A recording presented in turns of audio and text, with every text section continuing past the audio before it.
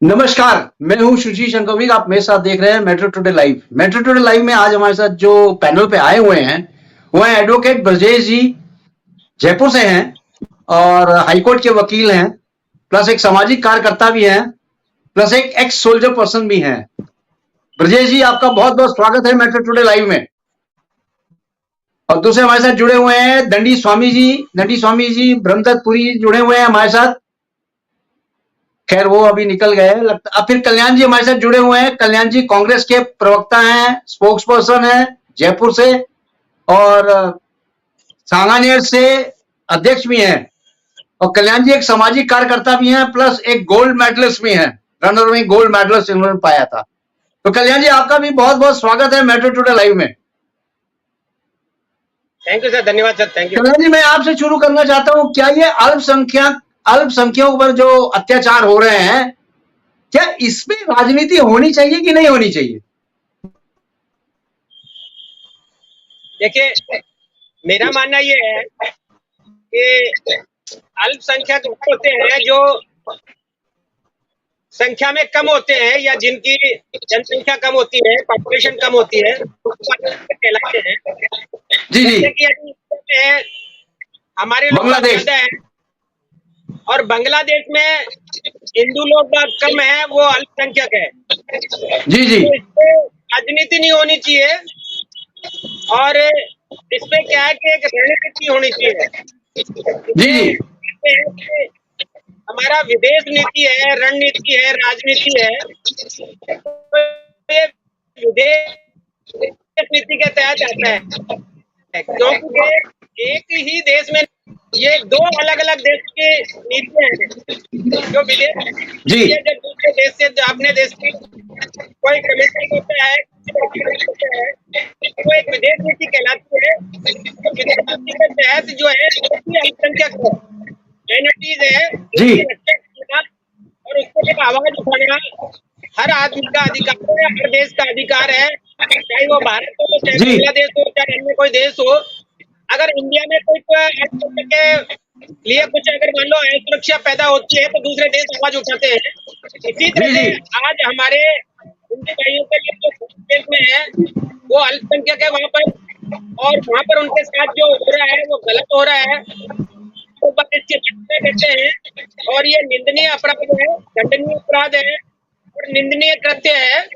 इसलिए मेरा ये मानना है कि हमारी जो राजनीति जिसे कहते हैं विदेश नीति, उसके तहत हमारी सरकार को और हमारे विदेश मंत्री को सख्त कदम उठाना चाहिए और बांग्लादेश को सख्त निर्देश देने चाहिए कि ये जो हो रहा है ये गलत है। अगर इसको नहीं रोका गया तो इसके परिणाम अच्छे नहीं होंगे जी। और इनको तुरंत प्रभाव से रोकते हैं। जो लोग इस तरह कर रहे हैं या अल्पसंख्यकों को सता रहे हैं, मार रहे हैं, बलात्कार कर रहे हैं, सीना झटकी कर रहे हैं, रेप कर रहे हैं, तो उनको रोके, उनको पनिश करे, उनको दंड दे। अन्यथा इंडिया गवर्नमेंट आपके ऊपर पाबंद लगा सकती है या आपके ऊपर एक्शन कर सकती है, या एक इस तरह का जो फॉर्म होता है वर्ल्ड वाइड बैंक कहते हैं, इसमें आप विदेशी बैंक होता है, वर्ल्ड होता है, इसी तरह से एक विदेश में एक बैंक होता है। अगर उसमें कोई आदमी गलत करता है तो देश उसमें अपील कर सकता है और उनको दंडित करवा सकता है।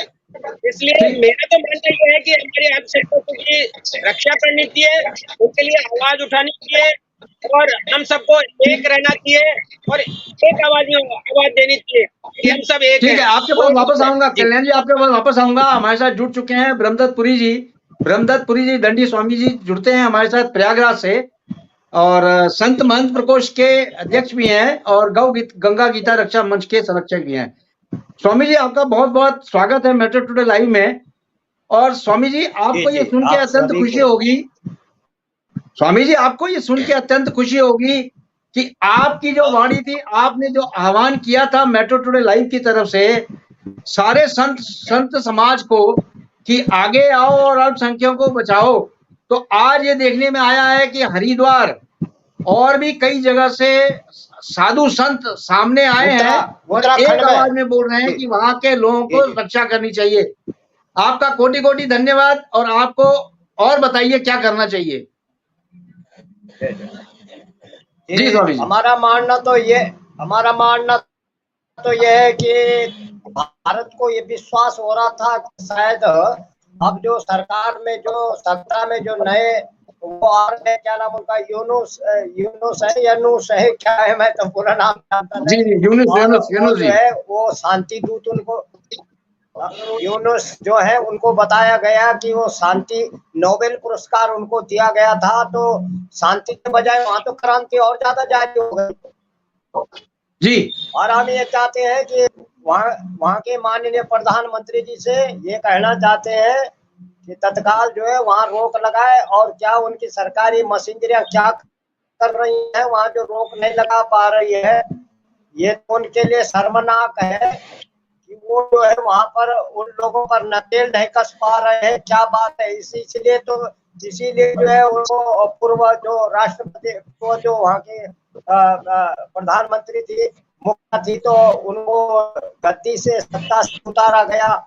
और सत्ता के रसूखदार जो है सत्ता के लिए तो ये भिड़ रहे हैं और भिड़ा रहे हैं। इस तरह के स्वामी जी, बात नहीं होनी चाहिए। स्वामी जी, शेख शुक्रिया हसीना इसके को लिए। केवल इसलिए उतारा गया, केवल इसलिए उनके पीछे पड़े थे कि अमेरिका को उसने जी जी एक टुकड़ा नहीं दिया था जिसपे वो मांग रहा था कि मुझे एक टुकड़ा दे दो, यहाँ पे मैं एयरवेज बनाना चाहता जी जी हूँ। क्यों? यही बात थी ना। और शेख हसीना जी ने जी मना कर दिया। जी जी बिल्कुल। हमारा हमारा जो वो ये हाँ वो ये टापू वहाँ पड़ता है ना, कि उस टापू को कब्जा करने के चक्कर में थे वो लोग। जी जी जी जी जी और अब तो कई बार आपके डिबेट में कहे कि चाइना चाइना चाइना तो भूमाफिया है ना, वो जी कोई जी देश नहीं है, वो तो केवल भूमियों पर जो है कब्जा करने की रणनीति के द्वारा वो पैसा कुछ दे देते हैं, लोगों को जाल में फंसा देते हैं, बोला आपने हमारा कर्जा आप चुका नहीं पा रहे। उनको पता है कौन सा कमजोर देश है, भारत में क्यों नहीं रख रहा है वो हिम्मत पैसे फेंकने की, वो जाल जी नहीं जी फंसा जी पा रहा है। तो उसका सीधा सीधा तात्पर्य है कि वो डोनेशन सरकार है, वो डोनेशन देके और इस तरह हर देश को अपने कब्जे में करके भूभाग को कब्जा करने की रणनीति और ये जो है कुनीति उनकी रही है, कूटनीति। इसलिए ऐसा अच्छा नहीं है। अभी आपने बताया कि संतों ने आगे, हमारे जूना अखाड़ा है, जूना अखाड़ा से मैं संबंधित हूँ। जूना अखाड़ा के हमारा आचार्य महामंडलेश्वर है, लोकेशानंद गिरी जी ने आवाज उठाई है, और जी जी लोकेशानंद गिरी जी ने कहा है कि ये अच्छी बात नहीं है, क्योंकि ये भारत देश ऋषियों का देश है और संतों ने इस देश को बचाया है। हमेशा संत आगे रहे, उन्होंने संतों ने जो है इसके लिए जो है अपनी कुर्बानियां दी है। ऐसा नहीं कि संत मीडिया में या उस चैनल पर ही बोल रहे हैं, हमारे संतों ने, हमारे पूर्व संतों ने बहुत ज्यादा जो है अपने इस भूभाग, अपने देश भूमि को बचाने के लिए बहुत कुर्बानियां। नागों ने कई हजार नागा मारे गए थे जब यहाँ पर देश के ऊपर जो है आक्रमणकारियों ने, अताताइयों ने हमारे मठ और मंदिरों को तोड़ा। और उनकी उनकी रणनीति ये है कि जो है मूर्ति पूजक जितने हैं, उनका एक अभियान है कि जितने हैं भारत में मूर्ति पूजक हैं, कर्मकांडी हैं, या ये सब मंदिरों में जाने वाले, इनको नष्ट करो, एक अभियान है इनका। जी जी और ये बहुत खतरनाक है इसके लिए। और ये जो हमारे बड़े बड़े मनोवैज्ञानिक है, विद्वान संत हैं, वो जानते हैं, उनको पहले आभास हो जाता है कि वास्तव में ये देश के लिए चल क्या रहा है। तो अभी इसलिए जो है वो ये जो वहां पर उनका भूभाग का झगड़ा है, तो हिंदुओं को क्यों मार रहे हैं? उनका अगर जमीनी मामला है तो फिर भी ये भी प्रश्न मेरा है उन लोगों से, वहाँ जो है वहाँ बांग्लादेश से, कि वो हिंदुओं को क्यों पीटा जा रहा है? जमीन का झगड़ा अगर होता है तो जमीन के झगड़े के लिए हिंदू मुसलमान इकट्ठे होकर मांग करें, जैसे आप भारत में है। एक बात और बताएं आपके चैनल के माध्यम से कि जैसे अभी हमारे सम्मान्य, मैं इनका सम्मान करता हूँ, हमारे कल्याण जी जो कह रहे थे कि भाई ऐसे वक्त पर एक हो जाना चाहिए, और ऐसे वक्त पर जो है फिर क्या करते हैं वो हिंदू मुसलमान की लड़ाई शुरू कर देते हैं। वही इसका मतलब ये है, जमीन एक मुद्दा होता है, ये लोग जो है लड़ाई का बहाना ढूंढते हैं, मारने की इच्छा होती है इनकी। जी जी इस तरह की जो है, इस तरह की घृणित भावनाओं के जरिए जो है ऐसा काम हो रहा है कि जो वहाँ कट्टरपंथी है वो मौका ढूंढते रहते हैं कि कब देश के अंदर कोई ऐसा अवसर मिले यहाँ भारत की स्थिति भी ऐसी हो गई है कि यहाँ पर भी हम ये कहना चाहते हैं सभी को कि इस वक्त एक होने का जो है समय है, वक्त है, और अंतरराष्ट्रीय लेवल पर तब बात रखी जाती है जब वो देश अपना फैसला स्वयं नहीं कर पाता।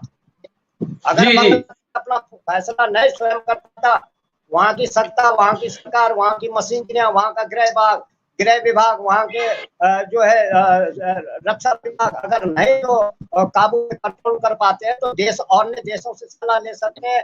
पहले बात क्या होती है, एक एशियाई बैठक होती है। पहली बात यह है कि अंतरराष्ट्रीय बैठक होती है, 8 देश जो पड़ते हैं, हर देश के जी अपने इर्द गिर्द 8 देश होते हैं, उसको अंतरराष्ट्रीय समिति कहते हैं। अंतरराष्ट्रीय समिति में अगर नहीं उनके पास का है तो सलाह लेके फिर के बाद क्या करना चाहिए, इस तरह की बातें हैं। तो फिर जी चाइना पर लगाम कसी जाएगी, पाकिस्तान पर लगाम कसी जाएगी। देश भारत तो साथ है, उनके खड़ा है, वो है ना, ये बात उठाए, क्यों नहीं उठा रहे हैं? उनकी मंशा ये है कि इसका मतलब ये हुआ कि जो वर्तमान सत्ता में आए हैं वो पाकिस्तान और चाइना के पथ मित्र है।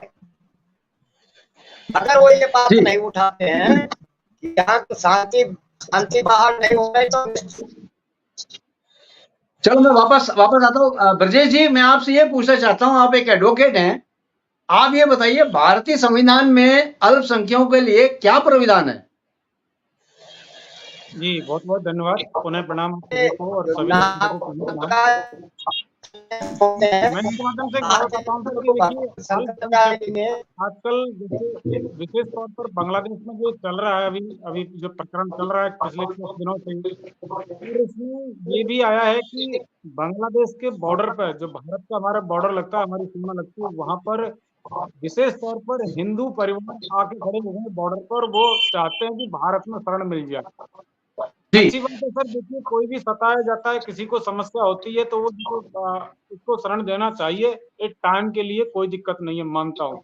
लेकिन एक बात बताता हूँ सर आपके लिए कि न केवल बांग्लादेश में, इससे पहले आपके पाकिस्तान में भी, अफगानिस्तान में भी यही कंडीशन हो रही थी, और भी देशों में। अब हमारे यहाँ के जो भारतवासी हैं वो विदेशों में भी रहते हैं, करीब 15 से 20 जी करोड़ लोग, 15 से 20 करोड़ लोग भारतवंशी विदेशों में रहते हैं। बहुत बड़े बड़े, केवल ये बांग्लादेश में नहीं, आपके विकसित देशों में जर्मनी है, कनाडा है, यूरोपियन कंट्रीज हैं, आपके लंदन है। अमेरिका है, आपके अफ्रीका है, आपके ऑस्ट्रेलिया है, आपका सर जो अमेरिकन कंट्रीज हैं, वहां पर जो भारतवंशी लोग रह रहे हैं। और ऐतिहासिक रूप से भारत का जो जितने भी हिंदू हैं वो भारत से निकले हुए हैं, ये इस बात में कोई दो राय नहीं है। जी तीसरी जी बात जी और एक चाहता हूँ, एक बात तो ये हो गई कि करीब 15 से 20 करोड़ जान लोग मान रहते हैं। दूसरी बात, जी ऐतिहासिक रूप से सभी भारतवंशी लगभग हिंदू ही हैं निकले हुए, जहां भी हिंदू रहते हैं जी सब भारत में रहते हैं। तीसरी बात एक बताता हूँ सर कि जितने देशों में 15 से 20 करोड़ लोग जो रह रहे हैं उनमें से 80% लोग हिंदू आबादी है। और जी आपने देखा होगा 2-3 साल पहले भारत ने एक नागरिकता कानून में संशोधन किया था कि जहां पर धार्मिक रूप से सताए लोग जो अल्पसंख्यक हैं उनको भारत में शरण मिलेगी, उनको भारत जी की जी नागरिकता दी जाएगी। ये कानून पास किया अभी सर 2-3 साल पहले ही। तो मैं इसके लिए एक बात कहना चाहता हूँ कि सर ठीक है, लेकिन कब तक आप वहां से निकाल के अपने यहाँ रखना चाहेंगे? मैं आपको सर सीधी सी बात मैं बताता हूँ आपको सर, यहाँ एक रोकना चाहता हूँ, करता एक हूँ सेकंड के लिए रोकना चाहता हूँ ब्रजेश जी। क्या जी। इसके पीछे कोई राजनीतिक मंशा है क्या? मैं उसके लिए बाद में वाह बताता हूँ, लेकिन सही बोल रहे हो सर आप सर, मैं बताता हूँ, उसका भी जवाब दूंगा। उससे पहले मैं जी आपको जी छोटा सा आपके ऊपर अटैक करना चाहता हूँ। मतलब मैं हाँ आपकी बोलिए बात बोलिए। लेता हूँ, फॉर एग्जाम्पल आपको बोल दिया जाए कि साहब आप जो है जयपुर से निकल के आप, हम आपको शरण देंगे, आप भरतपुर में आ जाइए, गांव में रह लीजिए। अब आप खुद जी सोचिए सर कि आपने जो पीढ़ियों से जो बनाया है, पीढ़ियों से जो चीजें की हैं, वो आप कहाँ से लाओगे? सेम 15 से 20 करोड़ लोग, उनके भी दिल पर क्या बीतेगी अगर उनको, अगर इस तरह से अगर हम सबको बुलाते रह गए। दूसरा, जी जी अंतरराष्ट्रीय मंच पर भारत की क्या छवि है? इसलिए इसका एक पुख्ता अंजाम ये है, प्रकृति कहती है, नियम कहता है कि जो जहां है उसकी वहीं वही पर है। रक्षा की जाए, वहीं पर रक्षा की जाए। अंतरराष्ट्रीय मंच पर यूएन में, यूनाइटेड नेशंस में भारत हस्ताक्षर करता है, और जो देश तथाकथित रूप से अत्याचार कर रहे हैं वो भी इसके हस्ताक्षर करता है। उनको बाकायदा एक सम्मन जारी किया जाए, उनको एक एक सख्त मैसेज दिया जाए, कठोर मैसेज दिया जाए कि आप यहाँ पर बैठिए, जब तक आपके यहाँ पर सुरक्षा सुनिश्चित नहीं होती, आपको हम कोई सहायता, कोई मदद अंतर्राष्ट्रीय स्तर पर नहीं देंगे। इंटरनेशनल मॉनिटरी फंड से आपकी सहायता नहीं मिलेगी, आपको वर्ल्ड बैंक से सहायता नहीं मिलेगी, आपको विकसित अविकसित जो भी देश हैं उसके नाते आपको जो जो लाभ मिलने चाहिए, कोई सब्सिडी आपको अंतर्राष्ट्रीय स्तर पर नहीं मिलेगी। आपके साथ जो व्यापार है हमारा, जो हमारा फॉरेन ट्रेड होता है, जो भी एक्सचेंज होता है, वो हम आपके साथ कट कर देंगे। जैसे आज पाकिस्तान के साथ कट कर रखा है, घुटनों पर आगे सर पाकिस्तान आज। यदि हम जी। यही कहते रहते कि शायद वो भटके हैं, गलती हो जाती है, तो शायद पाकिस्तान नहीं आता। ऐसे ही एक कठोर मैसेज देना कंपलसरी है सभी के लिए। और विश्व में लोगों के मन में एक बात होनी चाहिए कि जिनके पास भारत का पासपोर्ट है या जिनके पास भारत की पहचान है, वो लोग जहां पर हैं विश्व में, उनकी वहीं पर उसकी सरकार ही सुरक्षा करेगी। ये भारत का सख्त मैसेज होना चाहिए। अन्यथा जी। उस देश के साथ में भारत क्या करेगा, जैसा पाकिस्तान के साथ किया है, जैसा पाकिस्तान के साथ किया जा रहा है, वैसा ही उसके साथ व्यवहार किया जाएगा। और करेक्ट। यहाँ पर आपको साथ बताऊं सर, 1951 में पाकिस्तान के साथ में तो संधि क्यों हुई है कि भाई आपके जो है, आप अपने अल्पसंख्यकों की रक्षा करोगे, यदि रक्षा नहीं करते हैं अंतरराष्ट्रीय दबाव बनाया जाए और जो उचित कदम होने चाहिए। आज भारत सक्षम है, समर्थ है, संपन्न है, ये भारत आज एक्शन ले सकता है। डिप्लोमेटिक स्तर पर उसको ये मैसेज देना चाहिए, एक्शन लेना चाहिए। तो आपने बात की सर पॉलिटिकल मोटिव की, मैं आपको बात बताऊं सर कि क्या होता है कि हम में से बहुत दो पॉलिटिशियन ऐसे भी हैं। एक तो पॉलिटिशियन वो होते हैं जिनके अंदर फुल मैच्योरिटी होती है और देश हम होता है उनके लिए, पॉलिटिशियन एक वो होते हैं। दूसरे प्रकार के पॉलिटिशियन वो होते हैं, एक तो पॉलिटिशियन वो होते हैं जो परिवार को, जो देश को ही परिवार मानते हैं, और जी एक जी। पॉलिटिशियन वो होते हैं जो अपने परिवार को ही देश मान लेते हैं। करेक्ट। तो सर ये जो पॉलिसी है आपकी, जो आपकी राजनीति है, जो इमेच्योर राजनीति है कि केवल हमारे परिवार को टिकट मिल जाए, कैसे भी उनकी सीट रिजर्व हो जाए, परिवारवादी। जैसे ही 25 साल का हो वैसे ही उसको जो है सांसद की टिकट सुनिश्चित हो जाए, उस प्रकार के लोग देश के बारे में सोचने में असमर्थ होंगे। उनसे कोई भी आशा उम्मीद नहीं की जा सकती ऐसे राजनीतिज्ञों से। मैं उनको राजनीतिज्ञ नहीं मानता, बल्कि वो तथाकथित राजनीतिज्ञ हैं। तो इसलिए वो यदि अगर वो अच्छा सजेशन देते हैं तो अच्छी बात है, अन्यथा उनको सोचना भी, उनकी बातों को गंभीरता से लेना नहीं चाहिए। तो जो भारत की राजनीति बोलती है, जो विदेश नीति बोलती है, वो ये है आज के टाइम पर। सर मैं आपको बताऊं सर कि 20वीं सदी की बात मान सकते हैं हम, हमारा देश भाई स्वतंत्र हुआ था, हमारे पास में खाने की समस्या थी, हमारे पास में संसाधनों के लिए दिक्कत आज तो थी, नहीं हमारी है। जनसंख्या की दिक्कत थी। बट आज हम 21वीं सेंचुरी में हैं और 21वीं सदी में भी 1/4 हिस्सा हमारा बीत गया, अर्थात हम एक लेवल पर हैं अंतरराष्ट्रीय स्तर पर देखा जाए तो हम जो है सक्षम है, समर्थ हैं, हमें जो है काम करना चाहिए। 20वीं सदी की जो सोच है, 20वीं सदी की सोच 21वीं सदी में काम नहीं करेगी। मंद गति के गए जमाने नहीं रहे वो यान पुराने, यंत्र ज्ञान से कदम मिलाओ। तो आज सर हमारे पास जो चीजें हैं उनका हमें सदुपयोग करना चाहिए। और आज जो है जी। सख्त मैसेज है हर कंट्री को कि भारत का पासपोर्ट और भारत की पहचान जिस जहाँ पर भी है, जहाँ पर भी है, उसकी सुरक्षा सुनिश्चित करना भारत का दायित्व है और उस देश का भी दायित्व है। यदि वो देश जी। नहीं कर पाता है तो हम जो है तत्पर होंगे अपने अगली कार्रवाई करने के लिए। जी। सर कल्याण जी मैं आपसे ये पूछना चाहता हूं कि भारत में अल्पसंख्यकों को समस्या क्या है? भारत में जो अल्पसंख्या है उनकी समस्या क्या है? देखिए उनको कोई समस्या नहीं है, वो मजे में कैसे नहीं है? उनके नहीं, पास यहाँ तो सबसे ज्यादा समस्या है। देखिए यहाँ के अल्पसंख्यकों को जितनी फैसिलिटी और जितनी छूट और जितनी स्वतंत्रता मिली हुई है, इतनी शायद कहीं भी नहीं है। ये तो अपन सोचते हैं इसीलिए कि तो उनको आए कोई तकलीफ है। कल्याण जी, इसीलिए तो आए दिन बलबा देखते हैं आप, कभी कहीं हो जाता है, कभी कहीं हो जाता है। देखिए 140 करोड़ आदमियों का देश है, जब घर में जी 5 आदमी शांति से रह सकते हैं, 5 आदमी भी लड़ पड़ते हैं, तो ये चीजें चलती है और होता है, इसको कोई नहीं रोक सकता, क्योंकि ये पारिवारिक झगड़े हैं। बाकी बहुत से जो झगड़े हैं बांग्लादेश में जो कल्याण झगड़े जी, हैं, आपको करौली का सीन याद है कि नहीं? करौली में क्या हुआ था? मुझे सब सीन याद है। जरूरी नहीं है कि सब जगह रोका जा सके और सब जगह इस तरह की स्थितियां हो, जी क्योंकि करौली के अलावा मुझे वो भी याद है कि भाई ठीक है, जहाँ पर जो है कि सर कौन से जुदा कर दिया गया था कन्हैया लाल का, वो भी याद है। जी जी जी ये चीजें सर फिर सब जगह मिलेंगे, इस तरह जी जी के सब जगह मिलेंगे, जहाँ पर यह है कि गौ हत्या के नाम पर तो मृत्यु कर दी गई या पीट पीट के मार दिया गया या मर गए, तो ये चीजें नॉर्मल चीजें हैं, ये अलग चीजें हैं। बाकी यहाँ पर जितना सुरक्षित अल्पसंख्यक है उतना शायद कहीं पे भी किसी भी देश में नहीं है, इसीलिए ये लोग बाग यहाँ से जाना भी नहीं चाहते और यहाँ पर रहना चाहते हैं, बिल्कुल क्योंकि सही यहाँ है। पर सब तरह की सुविधा है, स्वतंत्र है, सबको नौकरी है, काम धंधा है, बिजनेस है, परिवार बढ़ाने में कोई दिक्कत नहीं है, इसलिए ये तो वो है।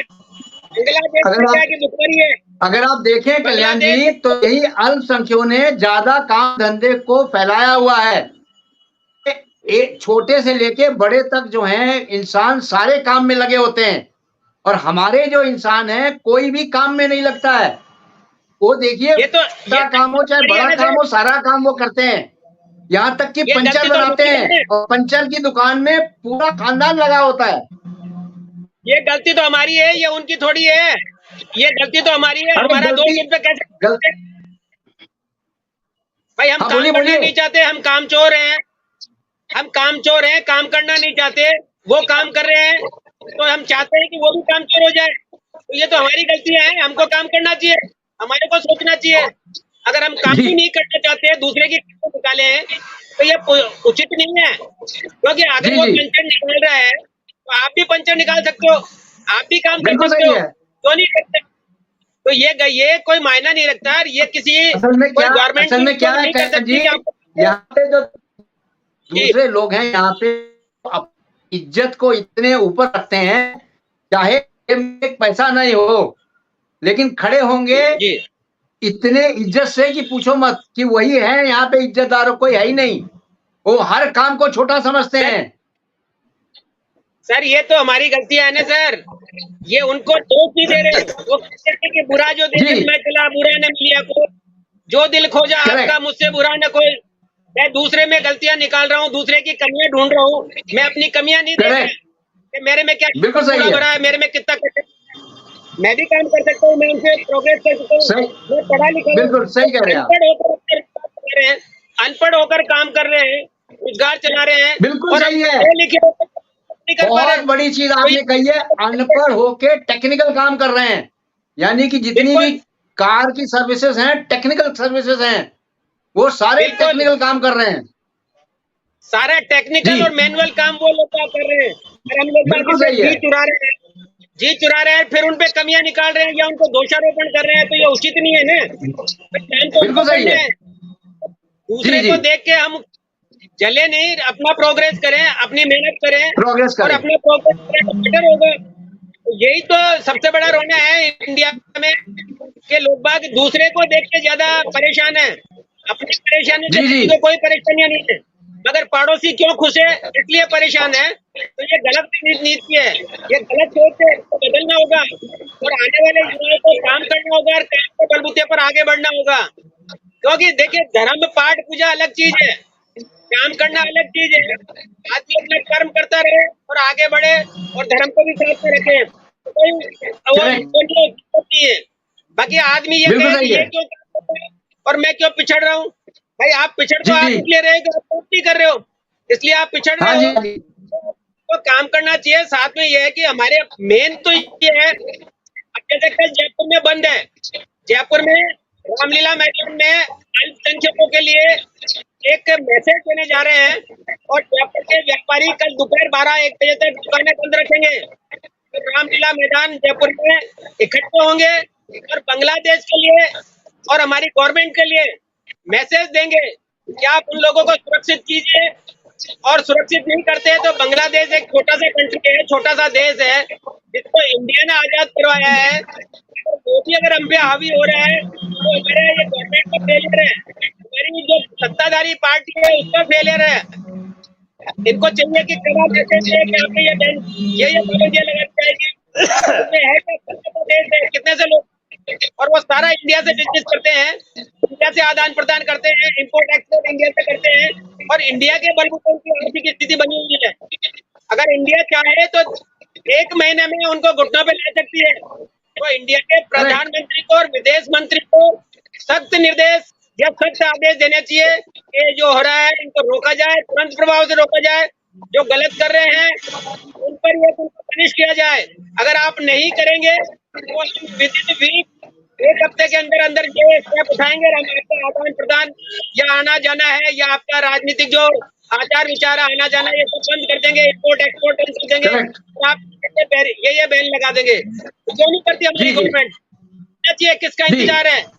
यहाँ पर तो देखिए साहब, राजनीति ऐसी है कि राहुल गांधी से पूछा जाता है कि राहुल गांधी अल्पसंख्यकों के लिए क्यों नहीं बोल रहा है। राहुल गांधी क्या करेगा इसमें?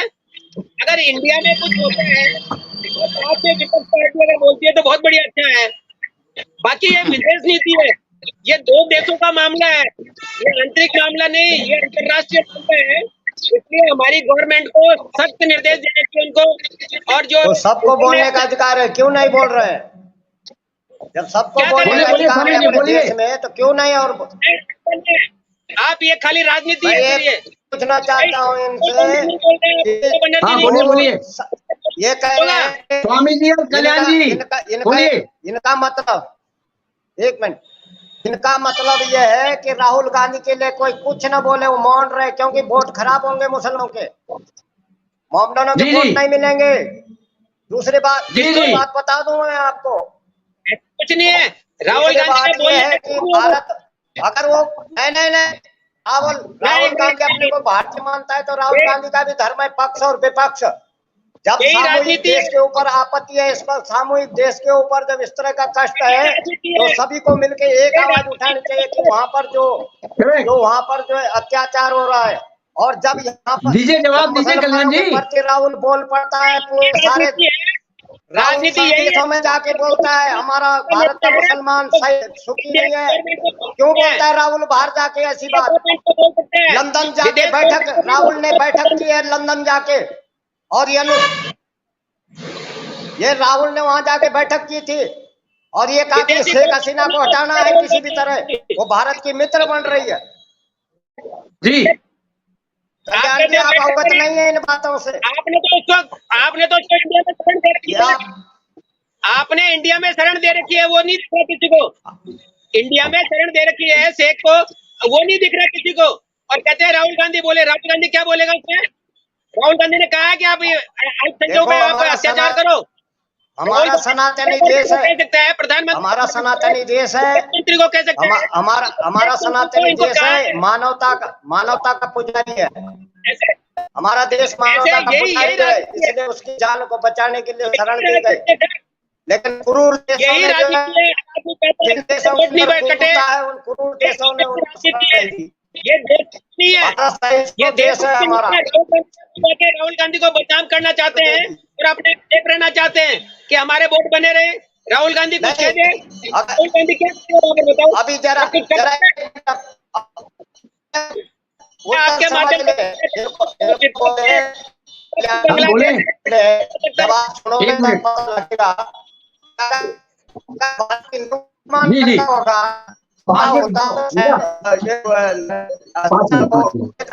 जो है भारत में शरण क्यों देते, वो तो हम यही कह सकते हैं, वो तो मुसलमान है, हम भारत में नहीं घुसने देंगे। ये बात है, वो भी तो मुसलमान माध्यम से पूछना चाहता हूँ, लेकिन ऐसा नहीं है। यहाँ पर प्रधानमंत्री और हमारी विदेश मंत्री फेल है क्या? तो राहुल गांधी विपक्ष का नेता होकर उनको निर्देश दे या वो बोले? हमारे प्रधानमंत्री नहीं बोल सकते क्या? हमारा विदेश मंत्री नहीं बोल सकता क्या? हमारी विदेश नीति क्या है, वो क्या कहती है, वो नहीं बोल सकते क्या? आप ब्रजेश जी आप बोले कुछ, ब्रजेश जी आप कल्याण जी को बताएं, जवाब दीजिए। ब्रजेश जी जानते हैं अच्छी तरह। कल्याण जी को जवाब दो ब्रजेश जी। देखिए पॉलिटिक्स अपार्ट जो हुआ है ठीक है, किसको जवाब देना चाहिए किसको नहीं देना चाहिए सबको पता है। फिलीपींस का और गजनी का मामला भी बिजनेस का ही मामला था, हमें कोई मतलब नहीं है, नहीं होना जी, चाहिए जी। मतलब। लेकिन जी, जी। उसमें बहुत लोगों ने जो है फिलीपींस के समर्थकों ने बोला था, तो उस समय भी चुप रहना था, उस समय भी चुप रहने का अधिकार था, ना बोले क्योंकि विदेश में नीति का मामला है, ये प्रधानमंत्री विदेश मंत्री वो अपने अपने बच्चे जी, जी, जी। उस समय भी नहीं जी। बोलना चाहिए था कुछ लोगों को जिन्होंने बोला था लेकिन नहीं बोल रहे हैं।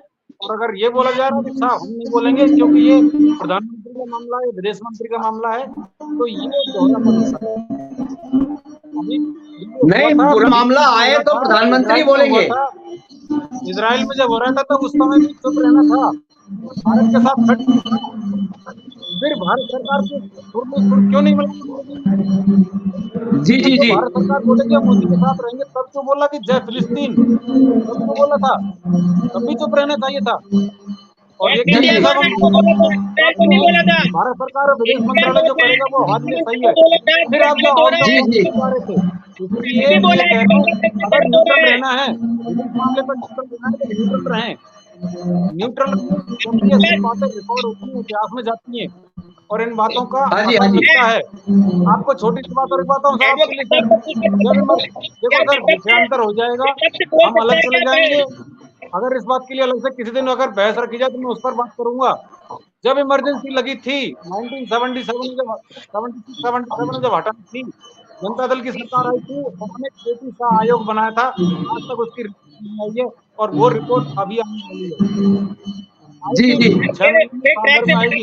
अगर वो चलो वो विषयांतर हो जाएगा, हाँ जी, हाँ जी। अलग पर मैं ये बोल रहा हूँ माइनॉरिटी पर हम स्टिक रहें, हम अल्पसंख्यकों पर सीमित रहें, अल्पसंख्यकों के लिए बात कर रहे हैं। अल्पसंख्यकों के लिए बात ये है कि भारत को अपनी मजबूत विदेश नीति है, हमारी भारत अंतर्राष्ट्रीय स्तर पर मजबूत है, वो कार्य करे और वहाँ पर अपने अल्पसंख्यकों के लिए हितों की रक्षा करें। कल्याण जी का वॉल्यूम बंद करें, अल्पसंख्यकों की रक्षा कल्याण जी का वॉल्यूम बंद करें जी। जो नियम कानून भारत में बने स्वामी हुए जी हैं 2 मिनट आप और बोल लीजिए, मेरे पास सुनाई टाइम नहीं कम दे है। रहा। स्वामी जी आप भी बोल दीजिए, बोलिए स्वामी जी।